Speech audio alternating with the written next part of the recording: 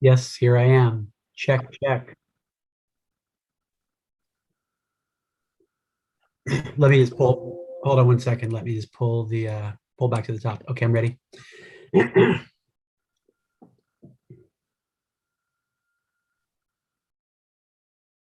Oh, sorry. And before I go really quick,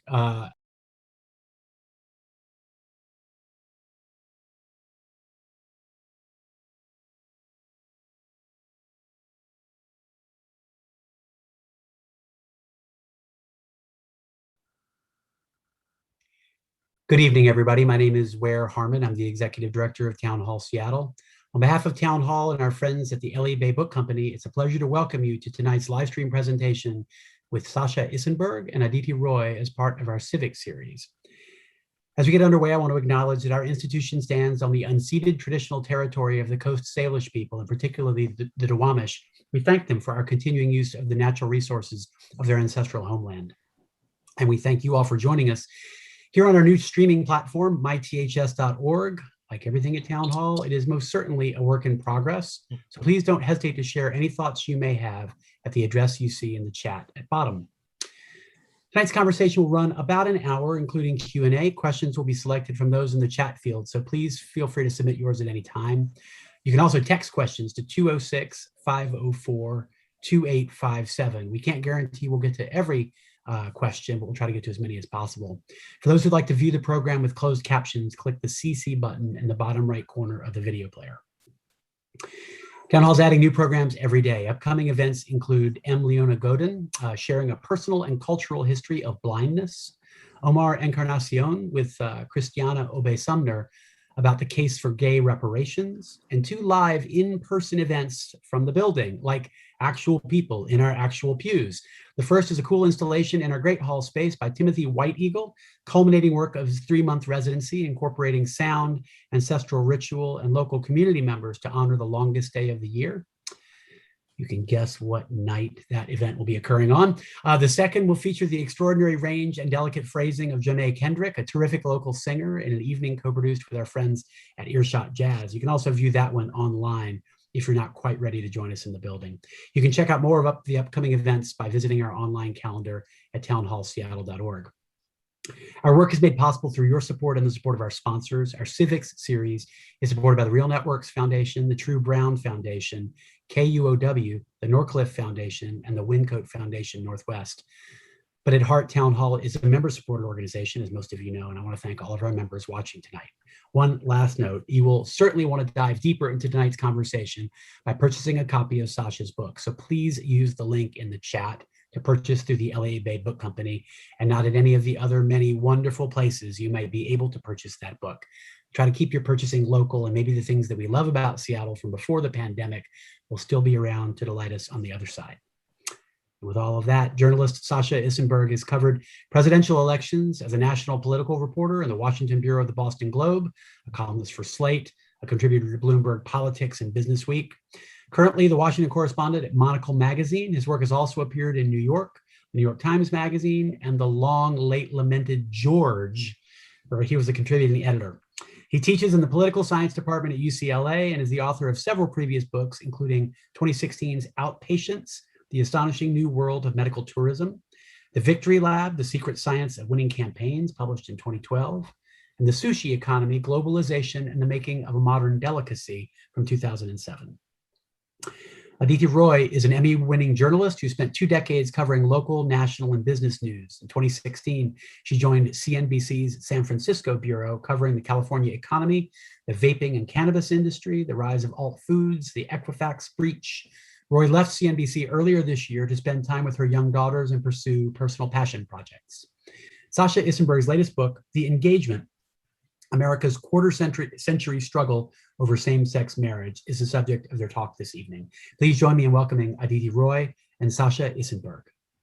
Thanks, Ware. Thank you so much, Sasha. It's great to see you. Thank you. I'm glad that I'm one of your personal passion projects.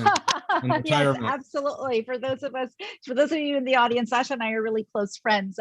We've been friends for a long time, so this is just a fun treat for me.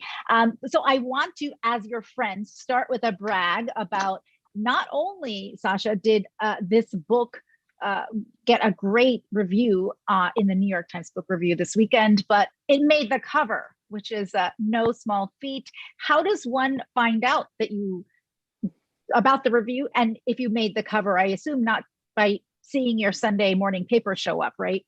No, I think I saw the review from a Google alert, and I wish there were more romance to this story. And definitely the cover I learned because the editor of the book review tweeted or Instagrammed out an image of the front cover when they closed it 10 days earlier, and somebody texted it to me helpfully. So no, it is not that. The old stories of somebody like lining up at midnight to get the newspaper when it comes off the back of the delivery van and like tearing it open to see what they have to say about your opening night doesn't really hold anymore. But I know. I was hoping for one of those stories. Yeah. Clearly, we come from a different generation of news consumption, but hopefully you, I'm assuming, told your parents that they were probably thrilled. They were. Thank you. Oh, that's awesome. I think more than half the battle is choosing a topic that is not going to just be compelling, but and forgive me, I don't have the cover because I was trying to preserve it with two girls, but lead to this much content. And I could tell people from reading this that there's no filler in this. How did you settle upon, this topic? And what's interesting is that you didn't just decide to write a book about the gay civil rights movement. It was very specifically about the chronicling same-sex marriage and that journey. Yeah, so I had this. The idea sort of came to me about a decade ago. So in 2011, I was working on one of the books that Ware mentioned, which was about basically the science of political campaigns. And so I was spending a lot of time that year talking to pollsters or people who studied political attitudes in some form or another, and they would over and over again make a version of the same observation to me, which is that they had never seen opinion on a single issue move as quickly as it had towards support for same-sex marriage. And nobody had a really good explanation for what had happened there.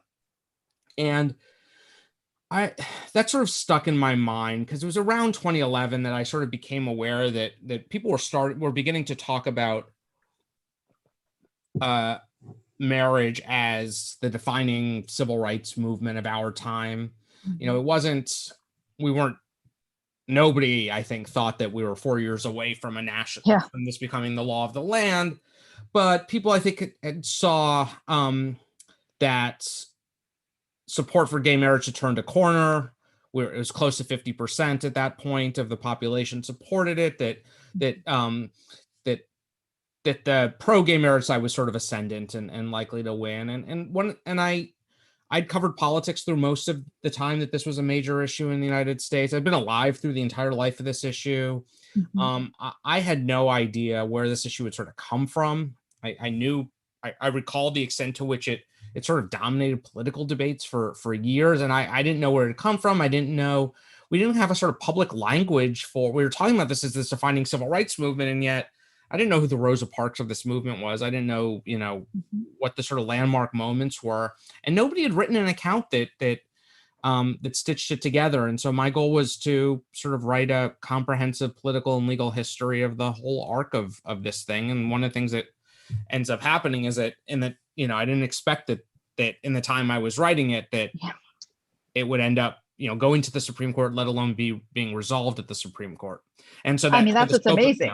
Yeah. So it ends up really being a kind of complete chronicle of the life of an issue. And thank goodness you didn't write it earlier than you did, because you would have it would have been pretty much outdated in a nanosecond, right?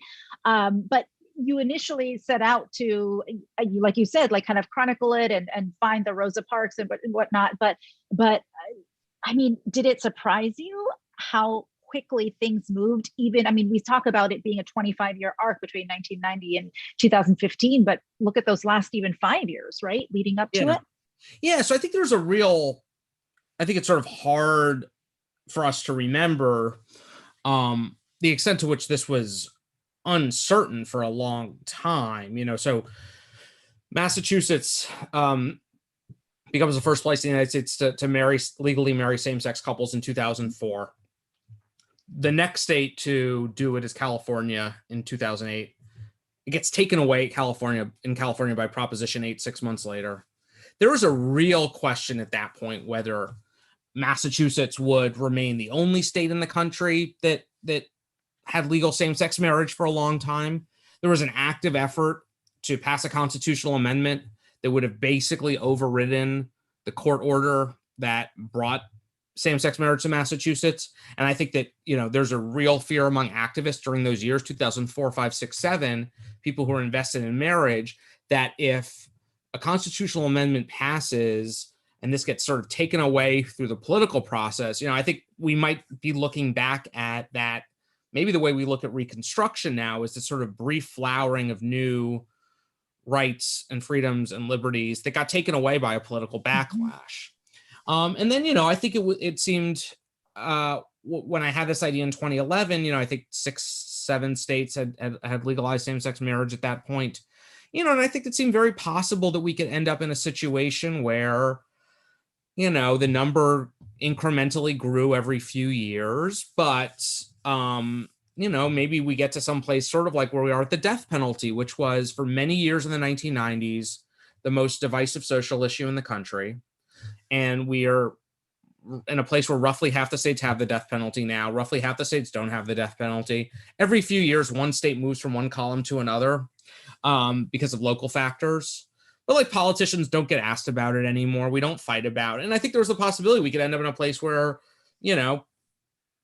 same-sex marriage was remained a state level issue, and we had a weird patchwork.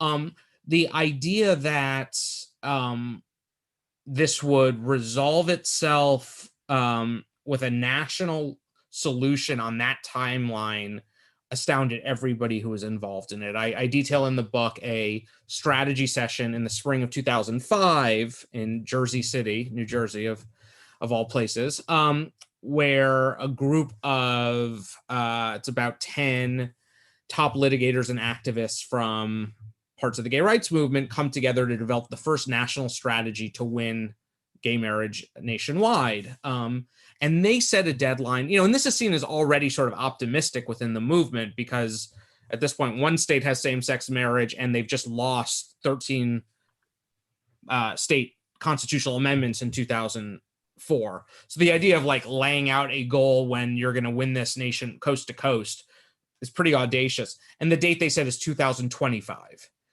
So, this, I was shocked that it moved as quickly as I did once I started working on it. And more to a point, everybody on all sides of this issue who were paying very close attention to it were stunned too. And it's amazing.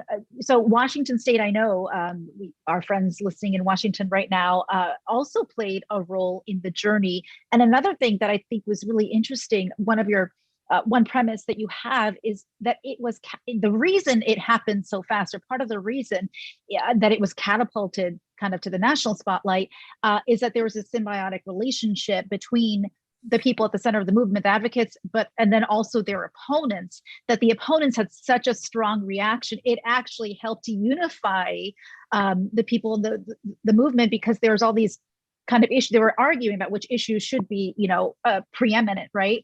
Yeah. Can you kind of explain that a little bit more? Yeah. So, so the book basically starts in Hawaii in 1990, where basically a PR stunt sort of spirals out of control by a local activist, and it leads to a decision by the Hawaii Supreme Court in the spring of 1993, where the court becomes the first court on earth to rule that the fundamental right to marriage guaranteed by the state constitution can extend to same-sex couples. And that's when basically gay marriage becomes a political issue in the way that we think of it, and a real viable legal objective, not just in Hawaii, but potentially for plaintiffs who would sue in other jurisdictions. There's some history before. It's not like nobody had talked about gay marriage before 1990, but the people who were talking about it in the 1980s were overwhelmingly gay lawyers and legal theorists who were debating this at the level of abstraction. There were no active court cases. There was no legislative activity. No gay rights organization in the United States had endorsed marriage as an objective. And so these debates played out there's a real divide. And some of it was strategic and tactical, like, marriage is this huge reach. There are these incremental things that are, you know, seem more plausible in the short term. Why don't we go for those first? But there was also a real ideological divide. And, you know, on one hand, you had people who argued that, you know, if gays and lesbians are ever going to reach full citizenship in the United States or in their particular state, having the right to marry their partner is a fundamental part of citizenship, and that's sort of non-negotiable as an objective. On the other hand, you had two separate factions, sort of connected, but one was folks who'd been shaped by sort of the gay liberationist movement of post-Stonewall, who believed that, you know, would argue something along the lines of gays and lesbians had succeeded in creating their own sexual values and mores that were not just distinct from, but in many ways opposed to the traditional institutions of mainstream heterosexual American life. Paraphrasing slightly, you know, there's one argument that was, you know, we've cast off the our parents, you know, approach to sex and love. Why would we aspire to inclusion into their, you know, the world of their lily white suburbs and picket fences?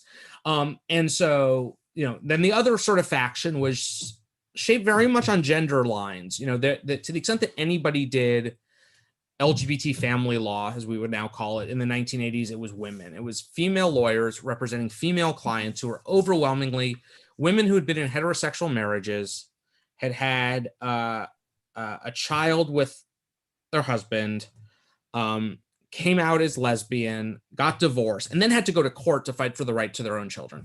And their lawyers, almost all lesbian women, had gone to college and law school in the 60s and 70s. They'd been shaped by sort of second wave feminists thinking about marriage as an institution that had been created and existed solely to subjugate women. And their argument was, why would we as lesbians aspire to inclusion in an institution that is patriarchal by its very nature? And so these were like active theoretical debates that took place throughout the 1980s. And there was no consensus whatsoever within the kind of gay legal community, gay intellectual spheres about how to weigh these different priorities. What changes immediately is that court decision in Hawaii in 1993 starts to mobilize religious conservatives to take seriously the threat that gays and lesbians will be able to soon marry in Hawaii. The first institution to do so is the Church of Jesus Christ of Latter-day Saints, which invests significantly, not just in Utah to change its laws, but to, you know, sets up basically a front organization to try to pass a constitutional amendment in Hawaii. And then eventually works with the Catholic Church, and then eventually evangelical fundamentalist Protestants get involved too. And that's how we get the Defense of Marriage Act. You know, in 1996, Republicans in Congress are introducing the Defense of Marriage Act to basically insulate the other 49 states and the federal government from having to recognize gay marriages that come out of Hawaii. And what happens at that moment is basically all the internal divides within the gay and lesbian community just fall away. And I quote Paula Edelbrick, who was an attorney who was, you know, probably the most vocal kind of feminist critic of marriage during those debates in the 80s. And she says, you know, the world is blowing up over our relationships. Of course, I'm going to fight for them. And it was, as you suggest, you know, if had opponents not put stopping gays and lesbians from marrying at the top of their agenda, the gay community would have remained fractured over whether it was even worth fighting for. Yeah, hearing such an irony there. So far, you've been talking about the ideology, right? And strategy, which of course is important, but all of it had to be fueled by money in order for to get to 2015. Tell us, and it's interesting, when you're talking about money, that brings us to kind of a fundamental difference between this movement and previous civil rights movements, such as the fight for racial justice or gender equity with the distribution. Yeah, this is one of the things that that so I write about a sort of cluster of gay male, almost entirely male donors who emerge, really come together in the early 2000s and bankroll that strategy session I mentioned in Jersey City, a lot of activist efforts, and help by dint of the amount of money, well over $500 million probably spent total on these causes. They help move marriage to the top of the agenda within the community. And that part of the question was, where do these donors come from, and how do they get their money, right? Because they become such huge drivers in the political, organizations that do advocacy or litigation all of a sudden start kind of catering what they're working on because of the influence of donors. And so who are they? A couple of them get their money from tech. Tim Gill's the most prominent. He's the founder of Quark, which is the desktop publishing software company, made a significant amount of money as a founder of the software company, sold it. David Bonnet had founded or was involved early in GeoCities, the website provider, also cashed out in the late 90s. Two gay men who started spending money. But several of these folks were heirs to Fred Hochberg, was from the Lillian Vernon mail order catalog fame. Henry von Emmeringen's family was an old chemical. They made chemicals. And Hormel, I think, right? And Jim Hormel, in San Francisco. And so one of the things that's really interesting is these folks who inherited their money, gays and lesbians who inherited it from presumably straight parents, that's like a natural form of redistribution. And one of the major struggles when you look back to the civil rights movement for racial equality was the difficult work that folks like Martin Luther King Jr. had to do to get wealthy northern people, Rockefeller probably most prominent among them, to help fund civil rights organizing in the South, because the nature of inequality in the South meant that you did not have many Black millionaires in those communities, and you had to sort of expand your coalition, had to expand to include financing. Like, the women who were, aiming to get suffrage in the in the late 19th century, first they had to win property rights. So that's a thing.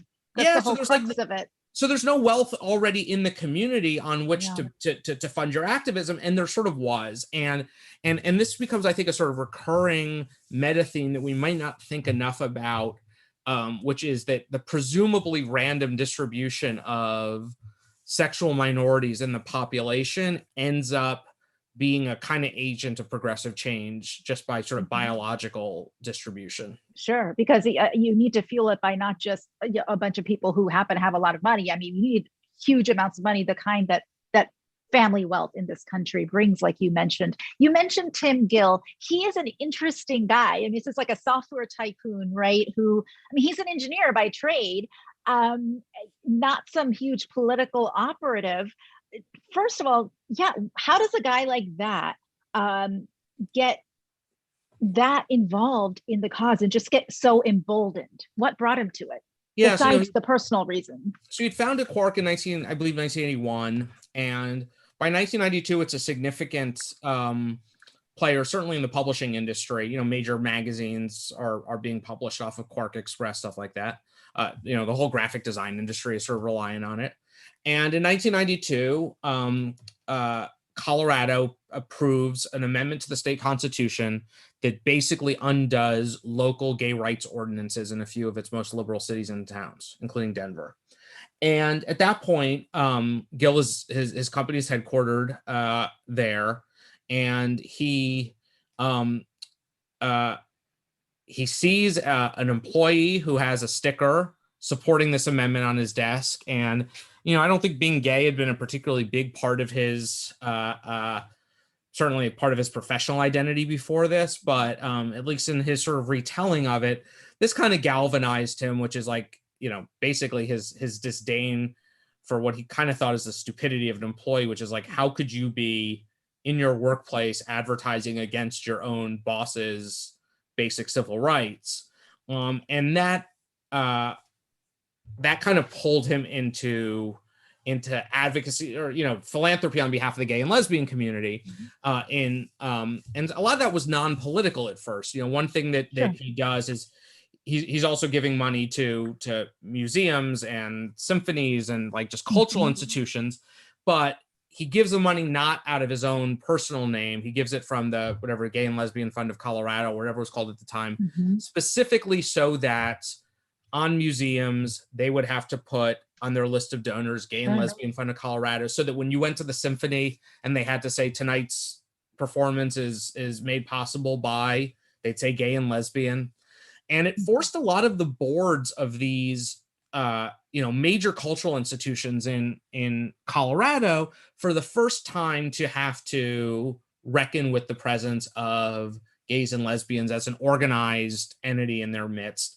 And the way Gill recounts it, ended up being a sort of driver of those companies adopting better policies for their employees because of the initial pressure of his money. And so that kind of pulls him in, and his giving becomes more politically oriented, not just sort of civic-minded stuff. And he gives some money to the campaign to beat back this constitutional amendment in Hawaii. And then by 2000, he's cashed out of Quark, and he's basically in retirement as a, like 35-year-old man or something, and has a big pot of money that he's sitting on, and is interested in having a real impact on political issues nationally related to gays and lesbians. And I think one of the things that you do so well in reading those chapters about that journey for him is just the transformation. I mean, you said that, he was kind of a shy guy, right? Not someone you would think of as some political operative type, but it was very, very strategic. And you mentioned some of the boards and things that, some of the funding coming with strings attached, that, okay, change your policies and make it more equitable and things like that, to just really being able to kind of swim with the sharks, so to speak, right? Tell us a little bit about that transformation. Yeah. And I know Ted Shrimpa, for instance, was someone who was kind of his foil, and really who worked with him, who kind of brought him to that place. Yeah, and to some extent, he was a shy engineer. He remains to this day a shy engineer. He's now just a shy engineer with a tremendous amount of political influence, and that is in part because he built a political operation that in certain ways embodies both his shyness and his engineering mind, right? And so I tell a story in the book about how, he started giving money to political candidates in the late 90s, and at some point Bill Clinton is coming to town for a fundraiser, and Gill is, given whatever the maximum is that's allowable at that point, and he gets invited to go meet the president, get his picture taken, and he doesn't want to, and sends his secretary or assistant to go meet the president instead. But that sort of dynamic, which is that he was not giving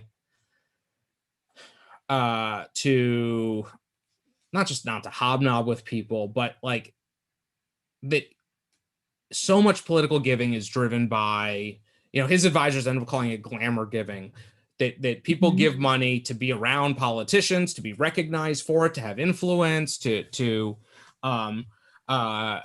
and that was never sort of part of his calculus. And what that did was start to inform an operation that also kind of had an engineering mindset, which is to really think about the problem that they're trying to solve and then give money to solve it. And so part of the problem that they saw was in these state legislatures, a constant fear is in the mid 2000s is that gays and lesbians can win a marriage lawsuit in court, as they did in Hawaii, as they did in Vermont, as they did in Massachusetts. But that if the legislature and eventually gets involved and or it goes to the ballot, that gays and lesbians do not have the political apparatus in these states to actually defend their legal victories in the political sphere. And so you needed the legislatures. Yeah, you need and often what you needed was the legislatures just to not act.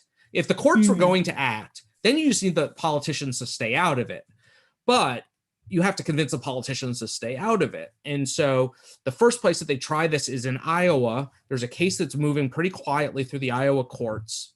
And the court ends up ruling on it in the spring of 2009. But starting in 2006, Gill organizes a fleet of gay donors around the country to give small contributions, the maximum. They have limits on what you can spend in a state legislative race.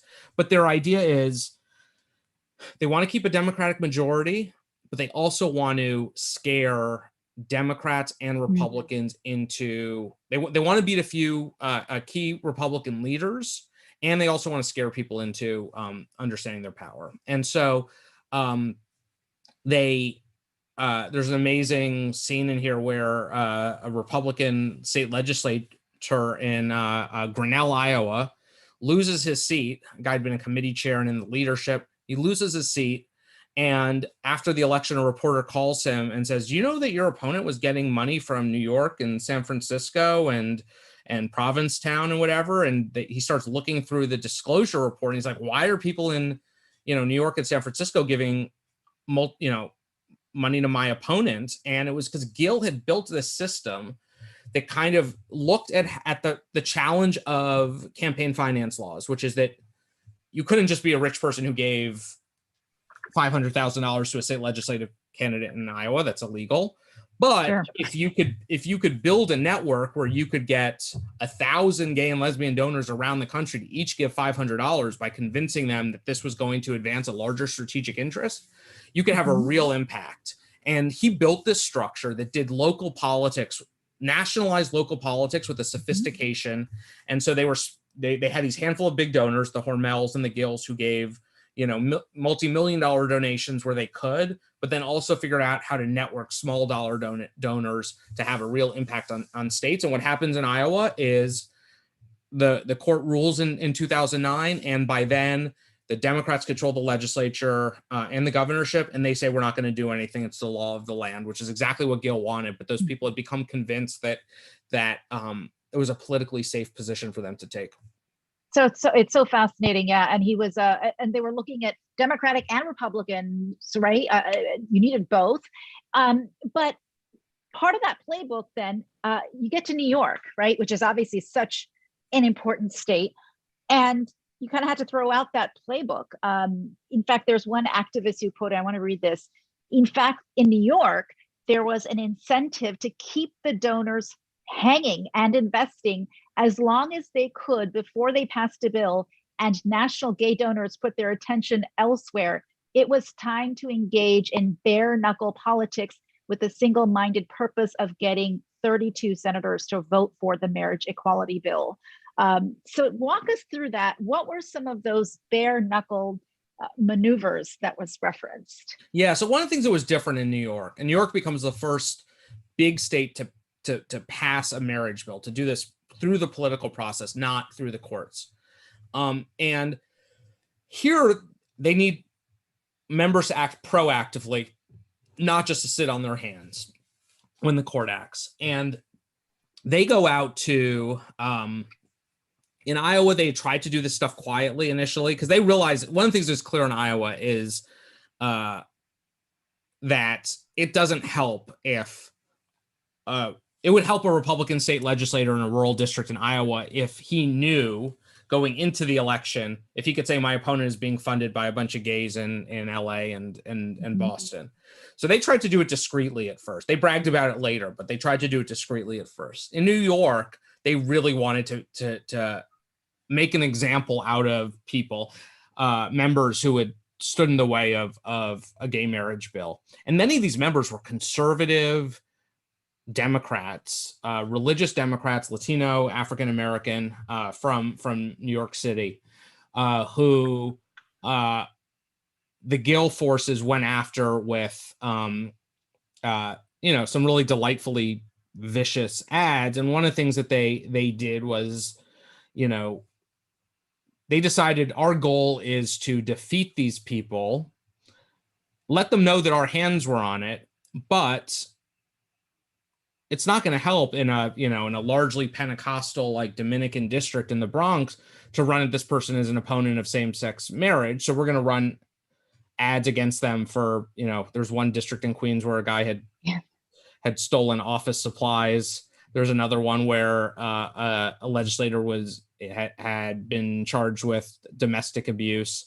And they built campaigns that where the message was not about gay marriage, but they very much after the election wanted other members of the legislature to see that if you vote the wrong way on this, there's an outside force that will go after you in your district. It was pretty dirty. And it's interesting. And I know you wrote an opinion piece about this. I mean, there was shaming, there was protests, we're going to show up. In an age when the term cancel culture didn't exist, it almost seemed to foreshadow that, didn't it? Yeah, I mean, I think that some of these campaign ads were sort of, in the context of elections and people say stuff. What you did have was, that really starts in 2008 around Prop 8 in California. It was a real push, I think, towards boycotts and online shaming campaigns that in a coordinated fashion. None of it, some of it often dismissed by major figures in the gay rights movement as like not our doing. But I tell the story of a guy named Fred Karger, who was a Republican political consultant in California, who Proposition 8 is the constitutional amendment that goes to the ballot in California in November 2008 to make same-sex marriage illegal 5 months after couples have started marrying in California due to a court order. And Karger goes through the disclosure reports and finds not just the biggest donors to the Prop 8 cause, he finds people who have public-facing interests. Basically, they have businesses or public reputations that he thinks are susceptible to pressure. And so the first one he goes after is this guy, Doug Manchester, who's a major developer in San Diego, and he starts a boycott of Karger starts a boycott of two of Manchester's resort properties. Within a couple of years, he gets not just individuals to cancel, but major trade associations and professional conferences to pull out of these facilities. Manchester ends up having to sell his marquee property in downtown, a Grand Hyatt hotel in downtown San Diego, because the pressure's gotten so bad. And by 2012, this example, and then Karger starts doing this around the country. He finds out-of-state donors that have given to the California campaign and, publicizes in their markets, goes to local media in Pennsylvania and Michigan and says, do you know that you have a big anti-gay donor in your community, and gets it written about and by 2012, when Washington State and 3 other states have marriage on the ballot, what you see is that some of the biggest donors to these anti-gay marriage campaigns that had been funding them in 2004 and 2008, 2009 disappear. They got out of the game. And I quote Frank Schubert, who was the chief strategist on all those campaigns, saying it became really difficult for them to raise money because people were so concerned that their name would be on a disclosure report and that they would be subject to boycotts or just subject of sort of online shaming. And part of the story is how, look, boycotts are nothing new. We've had boycotts, including related to gay rights issues, for decades. But the internet really lowered the barriers to launching and promoting a boycott. And if you go back just a few years earlier, you needed a national organization to coordinate a boycott. You needed national media coverage of the boycott to bring other people into following it. And that was tough. That required, and the old phone tree or something. Yeah. Right? I mean, it's, and what Fred Karger sort of figures out by the summer of 2008 is, he's like announcing stuff on his blog, and he's getting a few people to show, not a few people, like a few dozen people to show up to his first event in San Diego, and getting some media coverage and going and using online networks to drive attention to that. And then one of the first big breakthroughs he has is some ally of his has basic coding skills and takes the disclosure, the Prop 8 donor reports, finds every name and address of somebody who's over $500, layers it onto a Google map, and they create this Prop 8 maps. And now it's possible for anybody in California to look up which of your neighbors gave money to Prop 8. And, you know, that is just something that's sort of unimaginable without, you know, sort of online networks to disseminate it. And it really changes, you know, what happens from 2008 to 2012 as these anti-gay marriage donors sort of flee the scene is what had been a resource imbalance that they had in almost every election, every place where this had been on the ballot. Gay marriage opponents had come into the fight with more money than gay marriage supporters. And by 2012, it's absolutely lopsided. You know, and in Seattle, for example, the amount of advertising on TV is like 2 to 1, 3 to 1 in favor of the gay marriage side of the debate that fall. And that really has a huge impact on the ability of gay marriage supporters to ultimately sweep all 4 of those ballot measures. And I would think that strategy of looking through the disclosures and organizing some of the boycotts and whatnot, that probably created a whole new playbook, not just for other civil rights movements, but for just, you know, other political causes, I would think, right? Is that becoming much more common? Yeah, what I wanted to show was, and this is, as you mentioned, I wrote an essay that ran in the New York Times a week or so ago about this, is often, I think, in this sort of debate over cancel culture, like whatever that means, actually, we often end up, I think, debating the propriety of it, or like, is this an appropriate tactic in a liberal democracy? And, you know, is this fair? And I sort of wanted just to put that aside for a second, because I don't really have strong feelings on it. But what I wanted to show is that as a tactic and a broader strategy, it works. And I think too often we're having these conversations that are detached from seeing it as a tactic. And the gay marriage story is a real illustration that if you deploy this in the context of a broader fight, and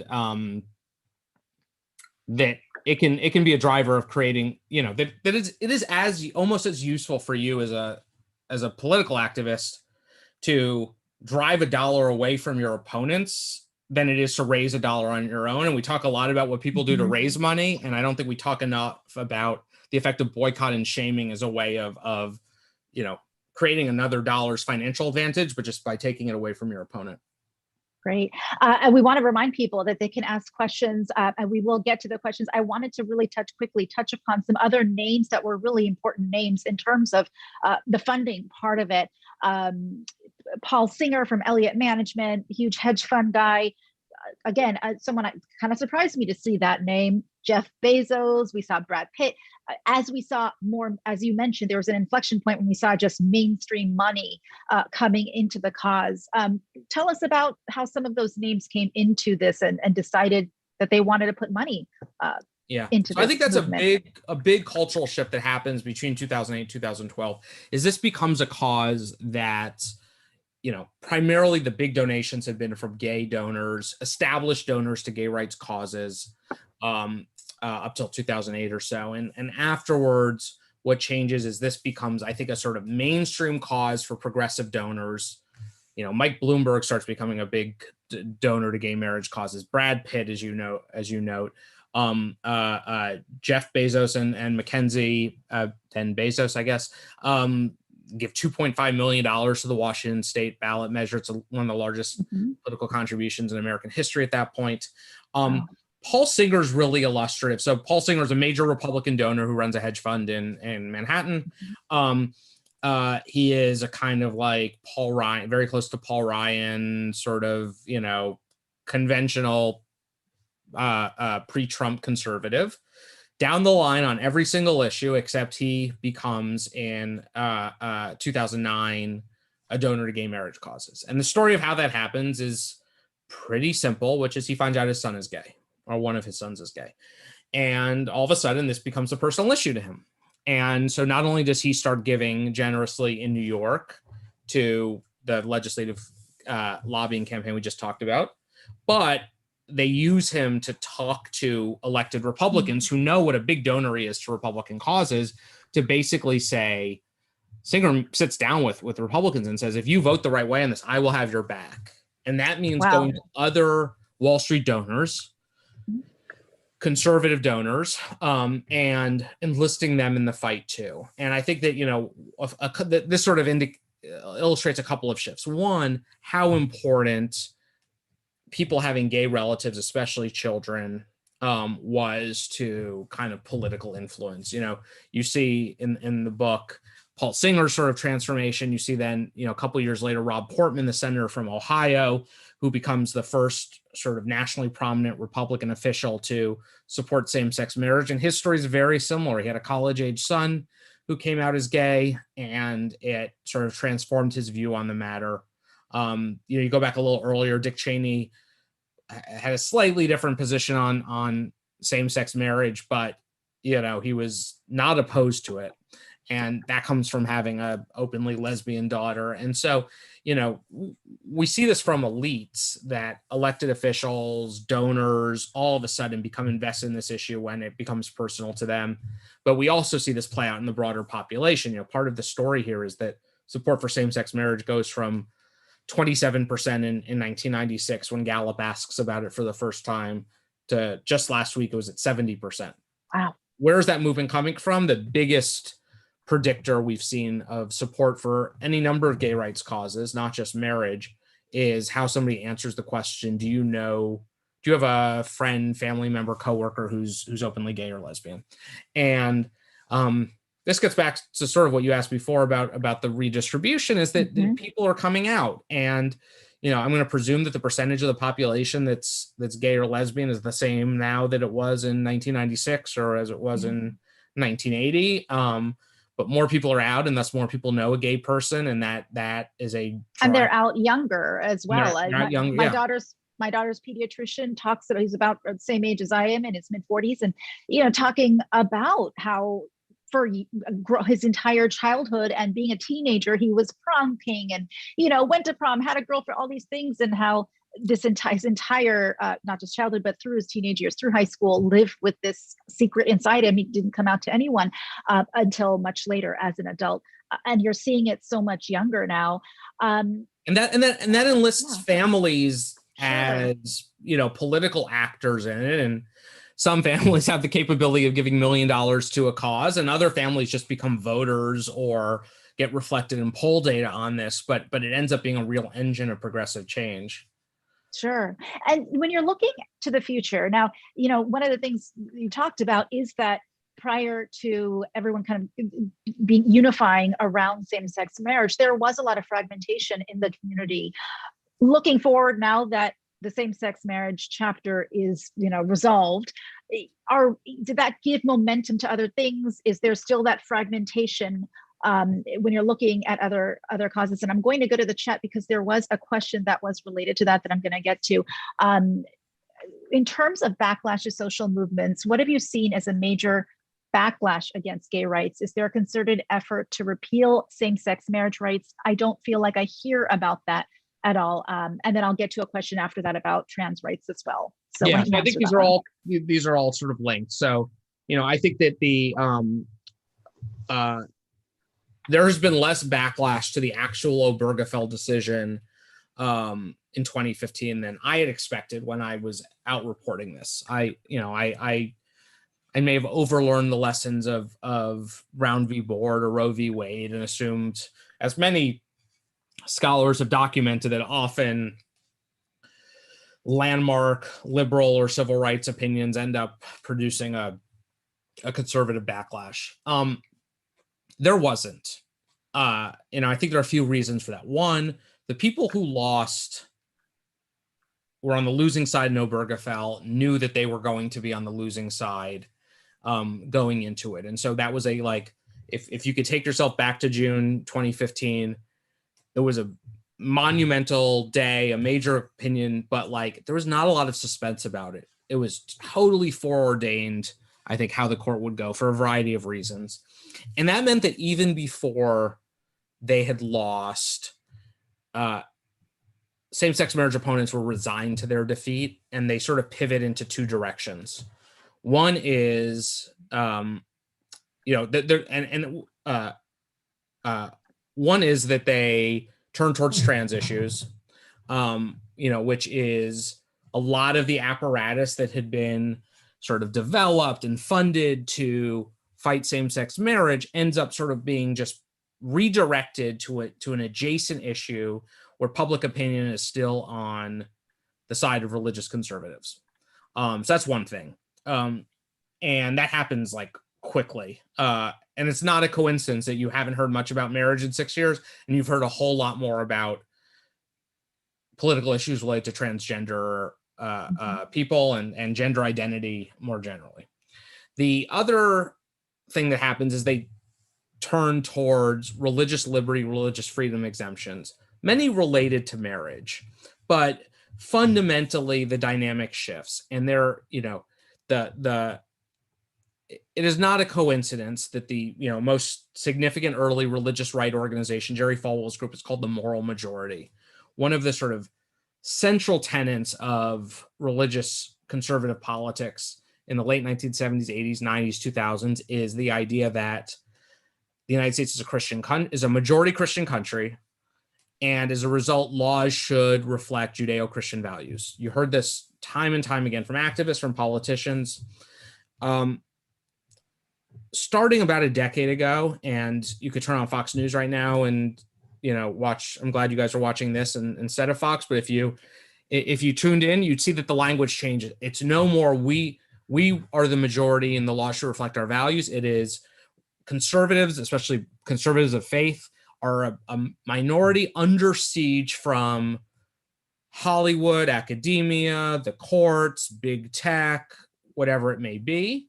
And the fight for religious liberty exemptions is basically saying we are a besieged minority that cannot get our way through the political process because it is fundamentally disadvantaged against us. And so we need the protection of the courts to shelter ourselves from laws that go contrary to our values.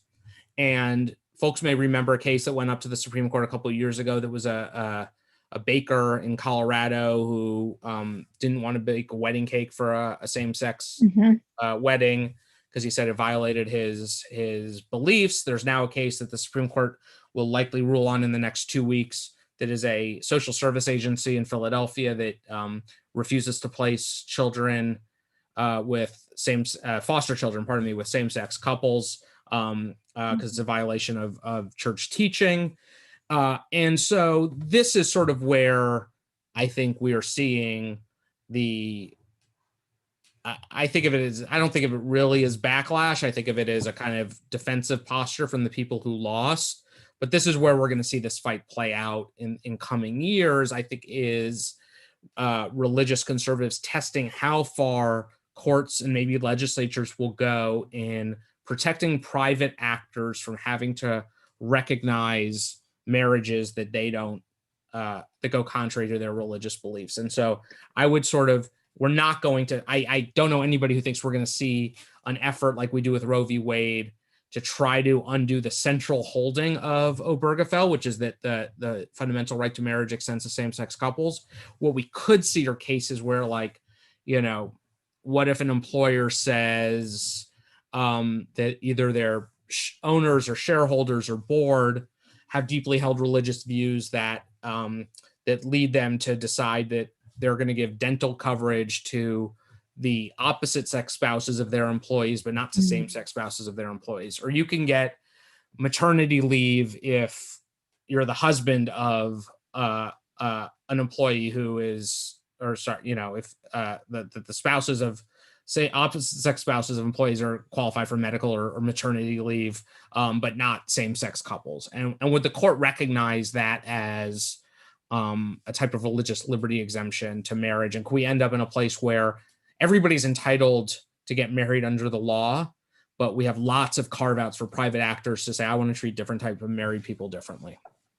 You mentioned that we're hearing more about trans rights, and there's a question about that. Are trans rights going to be harder to get because there isn't a lot of money behind it? Or do you think the social resistance to trans people is stronger?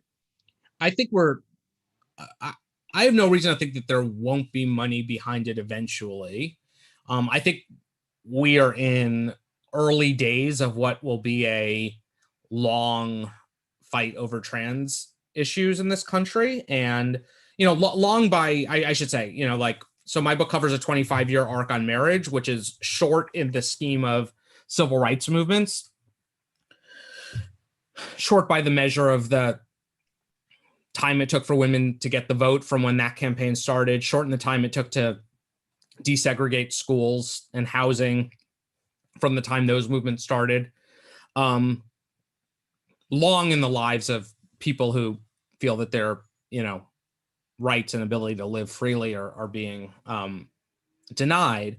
But I suspect that we probably are in the first part of a decade or two of sort of dealing with trans issues as a major cultural sticking point. And I have every reason, I think that there's a kind of question. I think now there's maybe not as much money, but one thing that has happened is, I think as our parties have gotten polarized, what you see in the book, I spent a lot of time writing about how Bill Clinton and then later Barack Obama dealt with, very gingerly with gay marriage as it kind of came to their desks as presidents.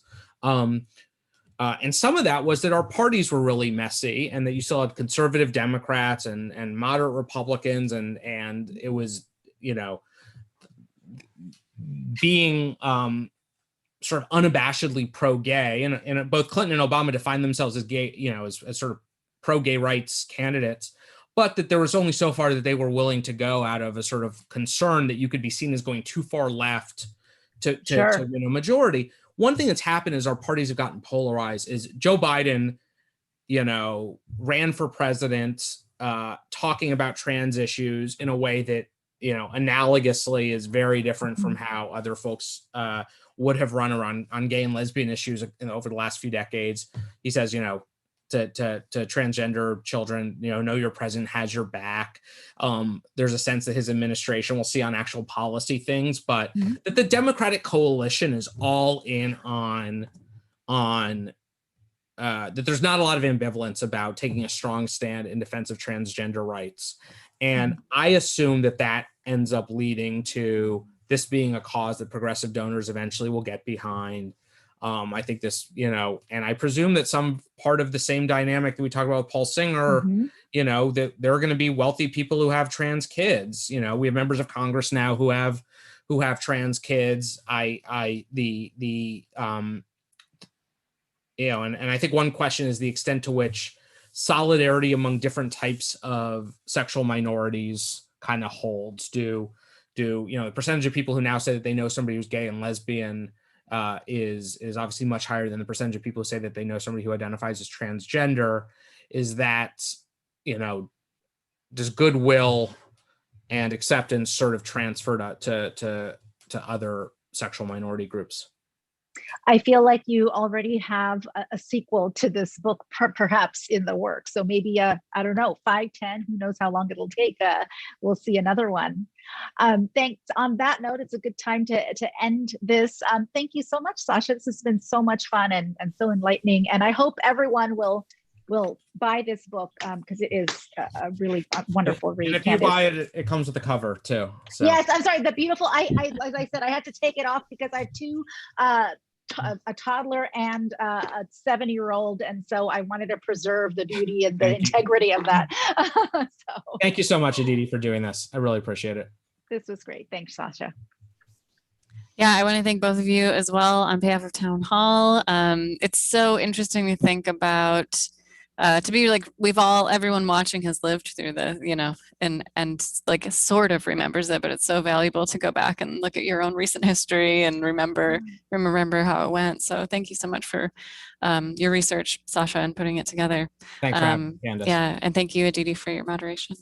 I want to thank the audience as well. Thanks for watching. Thanks for your questions. If you're interested in purchasing a copy of the engagement, you can click on the link in the chat. That's going to take you right over to Elliott Bay Book Company.